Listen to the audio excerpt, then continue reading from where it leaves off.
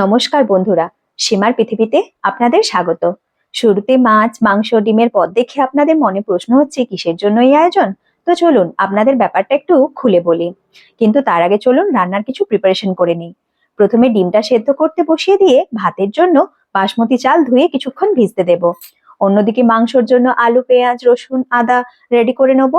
মাংসের জন্য আলুটা ভাজতে দিয়ে বাজার থেকে আনা ভেটকি মাছের পিসগুলোতে ভালো করে নুন হলুদ মাখিয়ে নিলাম। মাছের তেল ঝাল বানাবো বলে আগে থেকে ভিজিয়ে রাখা জিরে, শুকনো লঙ্কা সাথে আদা রসুন দিয়ে একসাথে বেটে নিয়ে সেটাকে মাছে ভালো করে মাখিয়ে আধ ঘন্টার জন্য ম্যারিনেট করতে দিলাম। গ্যাসের একদিকে ভাতটা চাপিয়ে দিয়ে অন্যদিকে লোহার কড়াইতে মাংসটা বানাবো।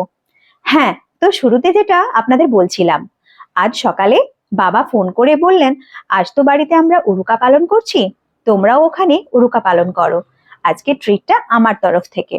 তো আর কি, ইউপিআই এর দৌলতে সঙ্গে সঙ্গে যেমন বলা তেমন কাজ। আমরা বাঙালিরা যেমন মকর সংক্রান্তিতে নবান্ন উৎসব পালন করি, তেমনি আসামে ভোগালী বিহু পালিত হয়।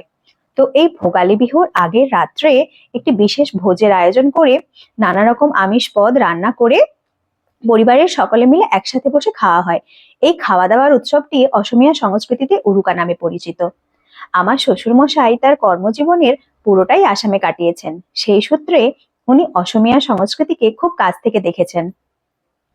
আমার শ্বশুরমশাই রিটায়ার হয়ে আসার পর আমাদের বাড়িতে প্রতি বছরই উরুকা উৎসব পালন করা হয়।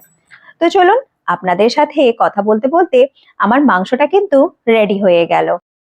মাছটা বানাবো, তো তার জন্য গরম কড়াইতে তেল দিয়ে গোটা জিরে ফোড়ন দিয়ে ম্যারিনেশন করে রাখা মাছটা দিয়ে দিলাম। তারপর মশলাটা পুরোটা মাছের মধ্যে দিয়ে বাটিটা ধুয়ে বাটি ধোয়া জল মাছে দিয়ে দিলাম। অল্প একটু সর্ষের তেল দিয়ে দিলাম। ব্যাস, ঢাকা দিয়ে 15 মিনিট মাছটা সেদ্ধ হতে দেবো। 15 মিনিট পর ঢাকনা খুলে দেখলাম আমার মাছটা একদম রেডি। এরপর আমি ডিমের ভর্তা বানাবো, তাই প্যানে শুকনো লঙ্কা ভেজে নিচ্ছি। লঙ্কাটা ভাজা হয়ে গেলে তারপর একটু তেল দিয়ে গোটা রসুন দিয়ে পেঁয়াজ দিয়ে ভালো করে ভেজে তুলে নিলাম। আগে থেকে সেদ্ধ করে রাখা ডিমটাও ছাড়িয়ে নেব। আগে থেকে শোভন স্যালাডের দায়িত্ব নিয়েছিল, আমার আঙুলটা কাটা থাকায় ভর্তা মাখানোর দায়িত্বও কিন্তু ওই নিল। তো চলুন উরুকা স্পেশাল লাঞ্চটা সেরে নিই। আবার দেখা হচ্ছে পরের অন্য একটি ব্লগে।